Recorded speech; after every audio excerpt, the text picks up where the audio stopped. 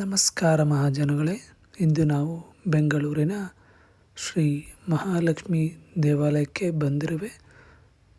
ತುಂಬ ಪ್ರಸಿದ್ಧಿ ಹೊಂದಿರುವ ಈ ದೇವಾಲಯವು ಇರುವುದು ಮಹಾಲಕ್ಷ್ಮಿ ಲೇಔಟ್, ಬೆಂಗಳೂರು.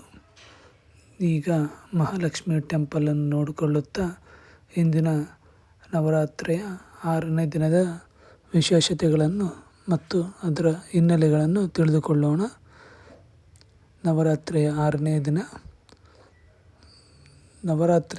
ದಿನವನ್ನು ಕಾತ್ಯಾಯನಿ ದೇವಿಗೆ ಅರ್ಪಿಸಲಾಗುತ್ತದೆ. ದೇವಿಯ ರೂಪ ದೇವಿ ಕಾತ್ಯಾಯನಿ. ದೇವಿ ದುರ್ಗೆಯ ಪುಷ್ಟಮ 6ನೇ ರೂಪ. ಋಷಿ ಕಾತ್ಯಾಯನನು ತಪಸ್ಸು ಮಾಡಿ ದೇವಿಯನ್ನು ಹುಡುಗಿ ರೂಪದಲ್ಲಿ ಪಡೆಯಲು ಬಯಸಿದನು. ಆ ತಪಸ್ಸಿನಿಂದ ಜನಿಸಿದ ದೇವಿಯೇ ಕಾತ್ಯಾಯನಿ. ಈ ರೂಪದಲ್ಲಿ ದೇವಿ ಮಹಿಷಾಸುರನನ್ನು ಸಂಹರಿಸಿದಳು. ಕಾತ್ಯಾಯನಿ ದೇವಿಯು ಶಕ್ತಿ, ಧೈರ್ಯ ಮತ್ತು ವಿಜಯದ ಸಂಕೇತವಾಗಿದೆ. ಪೂಜೆಯ ಮಹತ್ವ ತಿಳಿದುಕೊಳ್ಳೋಣ.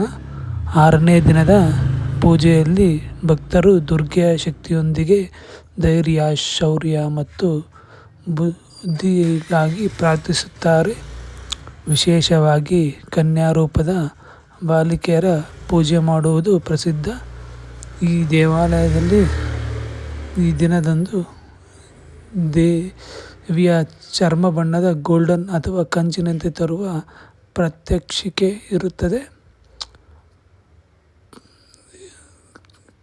ಪೂಜೆಯ ಬಣ್ಣವು ಕೆಂಪು ಅಥವಾ ಕಿತ್ತಳೆ ಬಣ್ಣ. ಈ ಬಣ್ಣವು ಶಕ್ತಿಯ, ಉತ್ಸಾಹದ ಮತ್ತು ಶ್ರದ್ಧೆಯ ಸಂಕೇತವಾಗಿದೆ.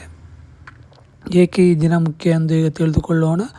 ಈ ದಿನದಲ್ಲಿ ದೇವಿ ಮಹಿಷಾಸುರನನ್ನು ಮರ್ದನಕ್ಕೆ ಸಿದ್ಧವಾಗುತ್ತಿದ್ದಳು. ಶಕ್ತಿಯ ಪರಾಶಕ್ತಿ. ಭಕ್ತರು ಕಾತ್ಯಾಯನಿ ದೇವಿಯನ್ನು ಉಪಾಸನೆ ಮಾಡುವ ಮೂಲಕ ಜೀವನದಲ್ಲಿ ಬಾಧೆಗಳನ್ನು ಎದುರಿಸುವ ಶಕ್ತಿಯನ್ನು ಪಡೆಯುತ್ತಾರೆ. ಮಹಾಲಕ್ಷ್ಮಿ, ನೀವು ಈಗ ನೋಡುತ್ತಿರುವುದು ಮಹಾಲಕ್ಷ್ಮಿಯನ್ನು